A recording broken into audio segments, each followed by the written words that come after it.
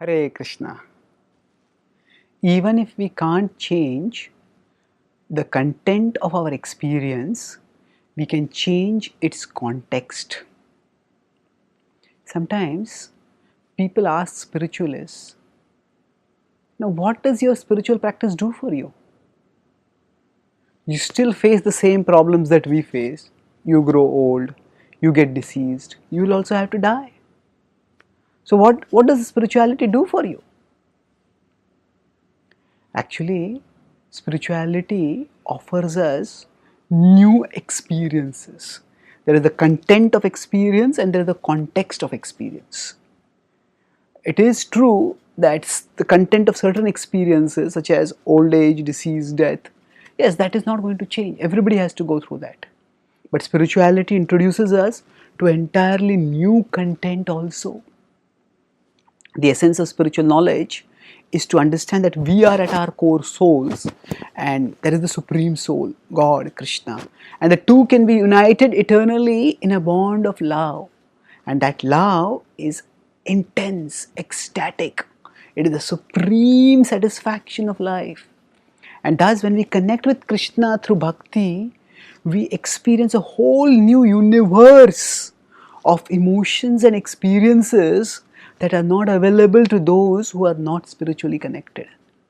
So thus bhakti gives us a whole new content of experience also.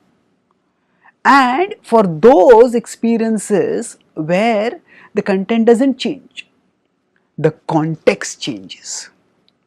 That means that even if a devotee grows old, even if a devotee gets deceased, even a devotee has to die, that is in terms of content same, but in terms of context, what does it mean?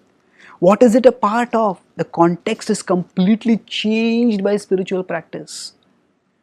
Suppose a person is going on a journey, and say when the Holocaust was going on, at that time the Jews from various parts of Germany were rounded together, put in a train, and in that train it would be very torturous conditions, and then they were going to be taken to a gas chamber there they would be killed.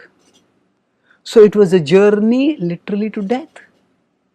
On the other hand, say if those same Jews after the war had ended and they had been liberated, whoever had survived, they were taken in the same train, but now they were going home. Suppose somebody is going to meet their loved ones, their relatives.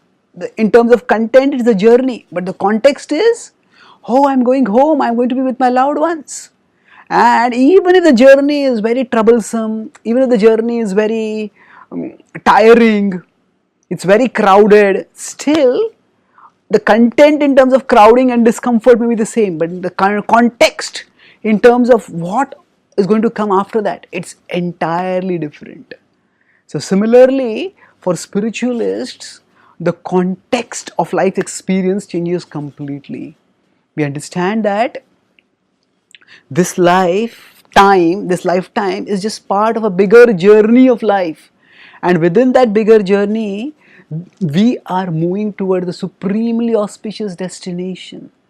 And the wonderful thing about bhakti spirituality is that higher happiness which comes when we return home, when we are reunited with Krishna, that happiness we start experiencing it even now, because Krishna is there in our heart and we can connect with him even here and now through the practice of bhakti.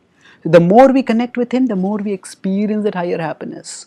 The Bhagavad-gita states that in 5.20, na praharishet priyam prapya no dvijet prapya cha priyam sthira buddhir asammudho brahmavid brahmani sthitaha.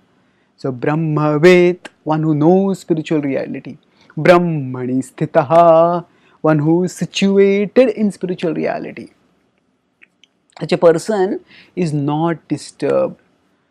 No dvijet prapya cha priyam. Even if there is apriya, even if there is misery that comes, such a person is not disturbed because they experience higher spiritual happiness.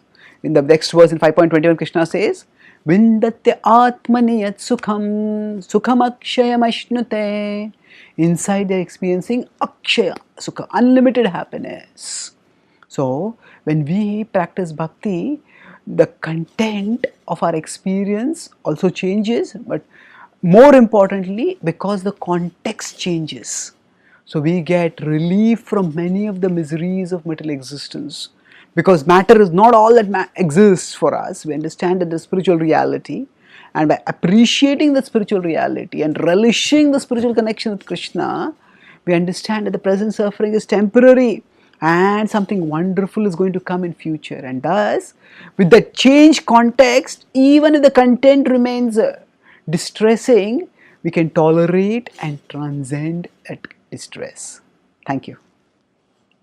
Hare Krishna.